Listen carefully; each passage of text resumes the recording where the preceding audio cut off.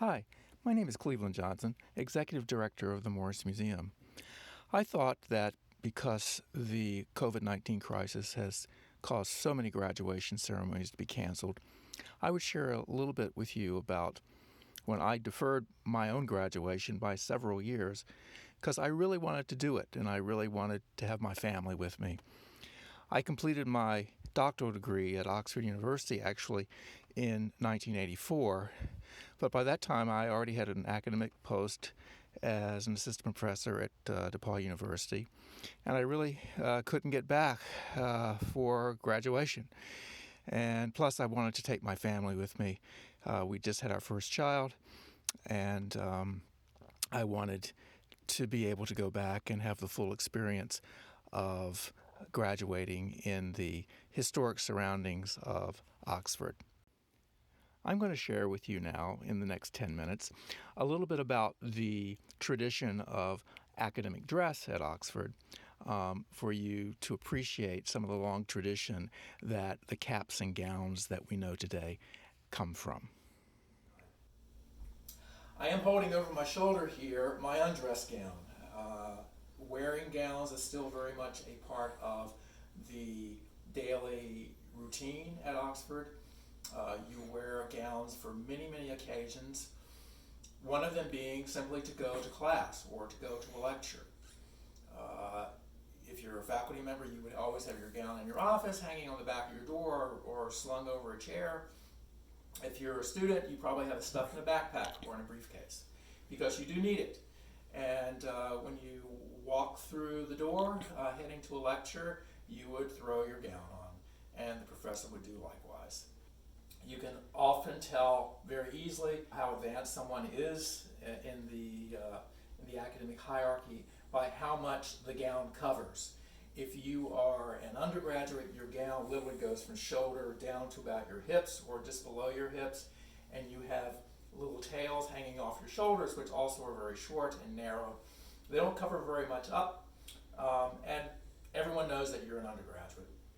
As you progress, or if you have a particular distinction, if you're a scholar, for example, you'll have more elaborate gowns with fuller sleeves, with longer lengths, and so forth.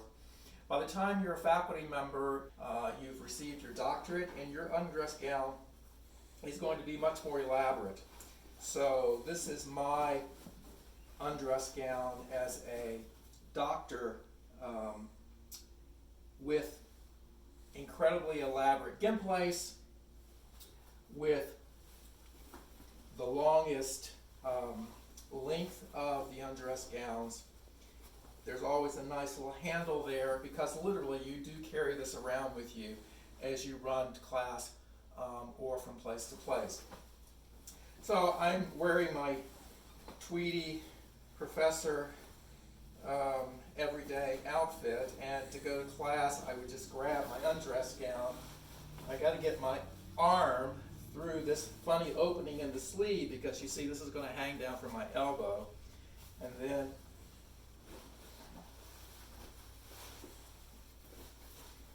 students are already in class waiting for me, and it doesn't have to be perfect because looking rumpled is kind of part of the tradition. So that is my undress gown. It doesn't really matter what you wear underneath it. You could be wearing shorts, you could be wearing jeans, or you could be wearing a tweed. The gown is what says that you're officially in an academic setting now. I'm ready to go and teach, or I'm ready to go and learn. The gown says it all. The undress gown just means it's an informal setting. There's no reason to be dressed up like you may be for a convocation or for a degree ceremony, or for the presence of the vice chancellor, or for some special honorary event. The undress gown is just for everyday academic use, and you would wear your gown probably every day, sometimes multiple times a day. So if you noticed, I've done a quick change here. When I received my degree, there's a special gown that you wear for a degree ceremony when you're receiving your degree. It's a very, very special opportunity to graduate at Oxford. You're in the historic Sheldonian Theater. That's the place that Franz Joseph Haydn wrote his famous Oxford Symphony for. He was receiving an honorary degree. The Oxford Symphony was written and first performed in the Sheldonian. When you're receiving your doctorate, you actually go in with your undress gown on. So I would go in, first of all, wearing subfusk, which I'll show you. That is basically a drab suit. Subfusk essentially means drab or kind of inconspicuous. So a dark suit. Pinstripes are not or frowned upon. But you would go into the Sheldonian wearing your undress gown of the, at that time I had advanced student gowns, so it didn't have all this gimp lace on it. It didn't have the longer sleeves, the longer length that came down about to my knees. And so I would go into the ceremony, a long ceremony, all in Latin. At the appropriate point in the ceremony, degree candidates would all file back out of the Sheldonian, go outside, where your scout would be waiting for you. Your scout is like your valet. Every student has on their hall someone who's responsible for cleaning their room, for running a little errand, for making sure that your teapot is clean and such. One scout would be responsible maybe for 5 or 10 students. But your scout would be out there holding your degree gowns, your new degree gowns. So I had this beautiful scarlet and royal blue satin gown that she would then help put me into, and then you file back into the Sheldonian and you have officially then been conferred your degree. But what we're talking about now is what I, as a professor at a university, would wear to a degree ceremony on conferring degrees on others. It's called a convocation habit. And it starts with, again, subfusk is this basic layer. It's a dark suit, white tie, this irritating little beard that you have to put on, which is always the hardest part. I always hate this because you have to tie it behind your head without being able to see anything. And I have been known to be late for a ceremony or two simply because making a bow behind your head is easier said than done. I think I got it though. I believe. How does that look? So, this is subfusk. This is your bottom layer. This is what you start with. Then comes your undress gown. Like so. These damn sleeves. There they are. The undress gown. Sometimes this is appropriate attire. You could go like this if you're going to a particular event, the Vice Chancellor is going to be there. You would do this. You always have to have your cap with you if the Vice Chancellor is with you. Don't forget your cap. Big faux pas. But back to America. I'm getting ready for graduation at DePaul University, which is where I was professor for a quarter of a century or more. And this is my convocation habit, the red wool overlay. So first I have to get the back flap of my undress gown out.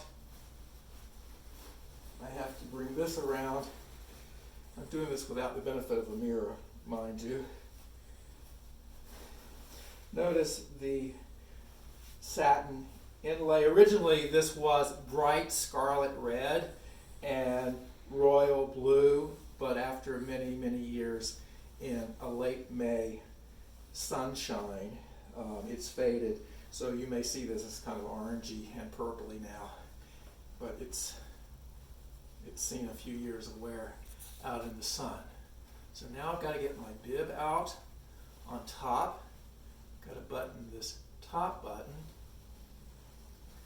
and I think that should be pretty much Oh, no.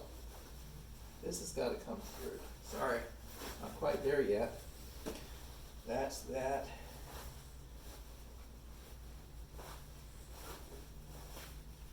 That's that. The last bit is your hood, which basically looks like this.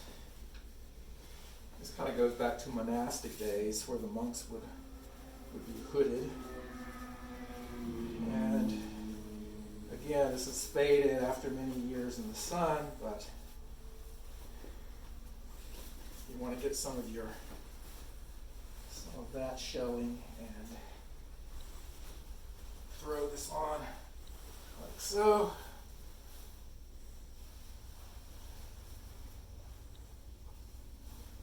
There's a little loop here that attaches to my button, and I should be. Your hood is always a little tricky. Faculty members would help each other reciprocally to get their hoods all done, but